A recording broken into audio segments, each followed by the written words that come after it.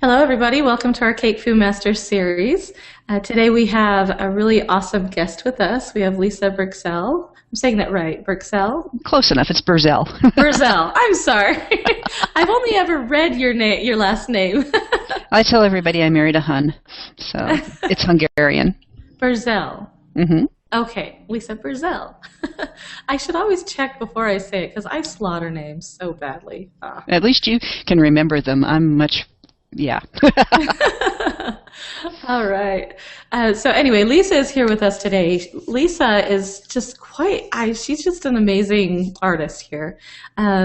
She has been mostly into like body art, body painting, and has recently, not that long ago, right? About 3 years I've been introduced and started to become very active in what I call edible artistry.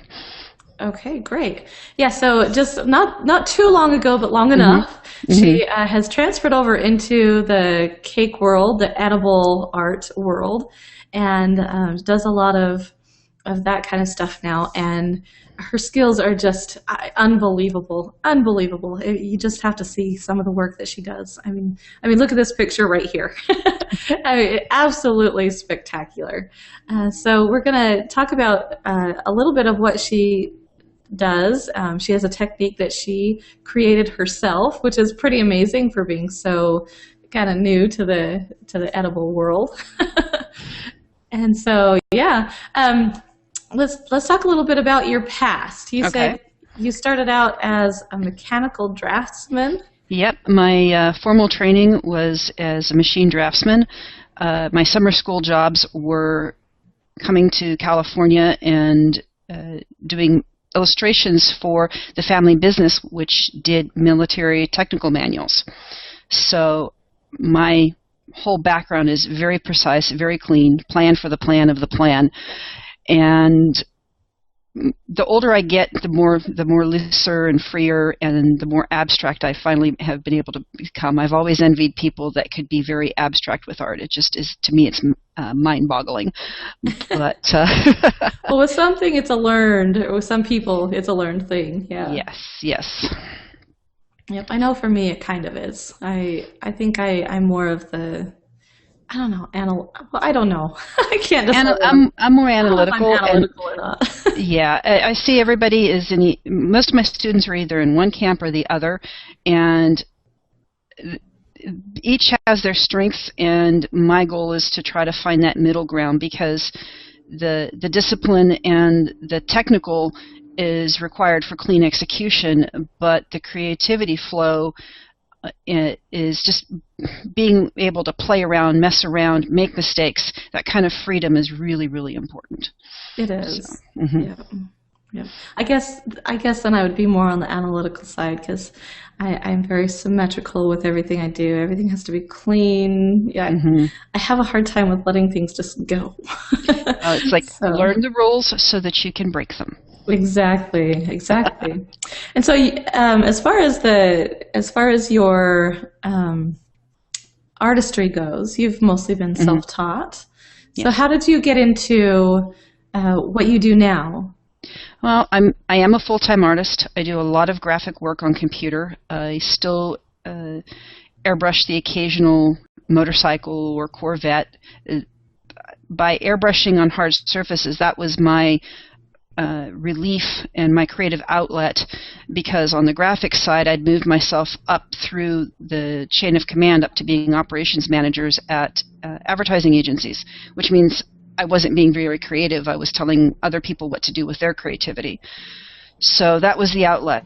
I finally picked up the airbrush again, and one thing led to another, and that's body painting was more successful from a public relations standpoint than the graphic and mural work, and the body painting gave me a really good understanding of pigments and safety and sanitation, so that there's actually a lot of products in the old school special effects and movie world that are edible, like gelatin prosthetics.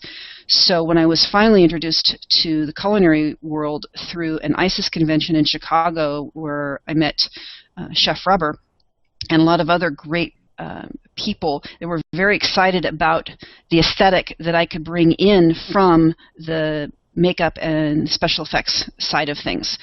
So it's just been a really, really good synergy. And I still to this day mix and match and go cross all the mediums back and forth because they all relate, believe it or not. So that's the short story of it. Awesome. That is so great. You know what, you guys, if you could just sit with Lisa and just pick her brain for, 10, 15 minutes, she knows so much. I got a chance to spend some time with her last weekend, I guess, and the weekend before that. So I actually met her 2 weeks ago in San Diego for the first time officially, and just wealth of information. So just hopefully we can pick your brain just a little bit today. It's not a problem. I'm here to share because, again, as you see by the last bullet point, the first time I picked up an airbrush, there wasn't this source of information available, and I didn't know anything that I was doing. Did everything wrong. Had a very expensive piece of equipment that sat in a drawer for 10 years, and I picked it up again.